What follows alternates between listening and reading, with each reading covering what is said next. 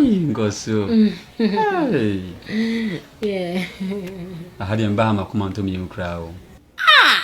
For the what? For the why? Why should you be scared? Scared of who? Musha we uncle Salome de Salome. Yeah. Hey, Ngoso. Me say madam for because Salome a friend of Denchen or UCC.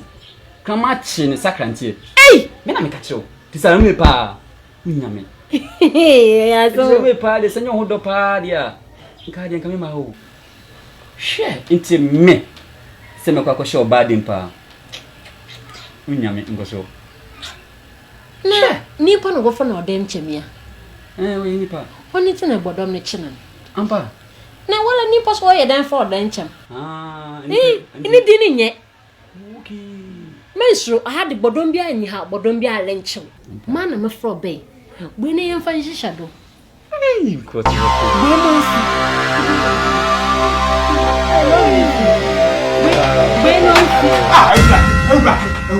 Jesus. Hey! Nkoso. Hey! Nkoso abati. Me tofu. Awo dambe nyimbe ho. Kaka. Me sansun tofu de biala ma onyon kunya Bible de biala kan Bible. Me tofu bia. No bani den. Abati na leje. Afuna etumu. Afutuna na miguda amli ye o. Afutuna ni. Yeli a Bible studies. Nse say you do the practical aspect of it. Nti what are practicals? Practicals. Nse kana mun share Bible no. Mo ko Genesis. Na mo ko share bibi kakra wo. O kire me de. O ya azebo mfiti ase. Na hu konkon ni nyim ko Matthew. Akoso na mo ko hu the gospel of Jesus Christ. Oye Yesu Kristo. Na nkonko ni nyime nsi hwara. Ofam onyime tu fa. Na yeko Proverbs. Oye mbebusam. Na ewono mu reading word by word because nyansa sem ho pa. No nyime ko Proverbs chapter 30 verses 19 say asem ho bela. O say okwar no kwande wim. Aboatena no kwanda obodo. Nsuhen no kwanda podo. Na benyin eho no ye medaw ni. Ose that benyin no kwanda besia ho. Wona mis my bone etia so nyankopon na onye request. Tina my friend don bra because mele mu do ko baby a. Chira ma ka no kwana atu. Nto ba fa kwano do. On fadun ko Togo, on fadun ko be mo pedo ko bia. So boko Spain mpa on fadun. Intima na oroba fa kwano do na abayo. Intima en 20 minutes ai. O fa kwano do wi na aba brema. Hey Ngoso. How I say? Me do afi baby abetena edan ya yedem. De wan kasa be yeduma na won sanko wano. Ena akofa damadi. This thing. Dan benyini iyi Eriku think twice. In my tell ya oton Bob. Na fine. I will use easy way.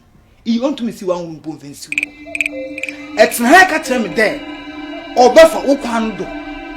Awo eti an sisia okwan na eleka ni dufua. Did the mala me dina he. Me sim pam ma kokrom akodi pai. Na ma fa pafo no abato okwan no odamo. Ebu so o trade baka. Baka etrafo di baka trade. Ma nya fast na nka hu a anya job ko. Awu do akasi ni ai wonim today ati bi ato ehun banyina wan kasa eto. Eti pam abo bi ni dem e popo dambran e wi asora ko. Ehun a hwe e kasa san mu aya kam the Bible to ehun ati bi am no be yo dem na ehun. Account. Hey, somebody account cash what in the name of Jesus. Me scatter, me say Jesus Christ ni dimu in the name of Jesus me cancel.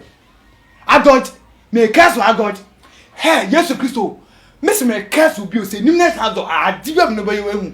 Me say so cancel bi o. Asansa adult. Hey, brother, I dey am bu ofu. Awu brother tum.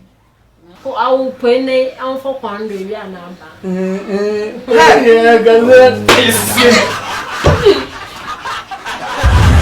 Ogwa kotokraba Sponsored by Ridge Royal Hotel.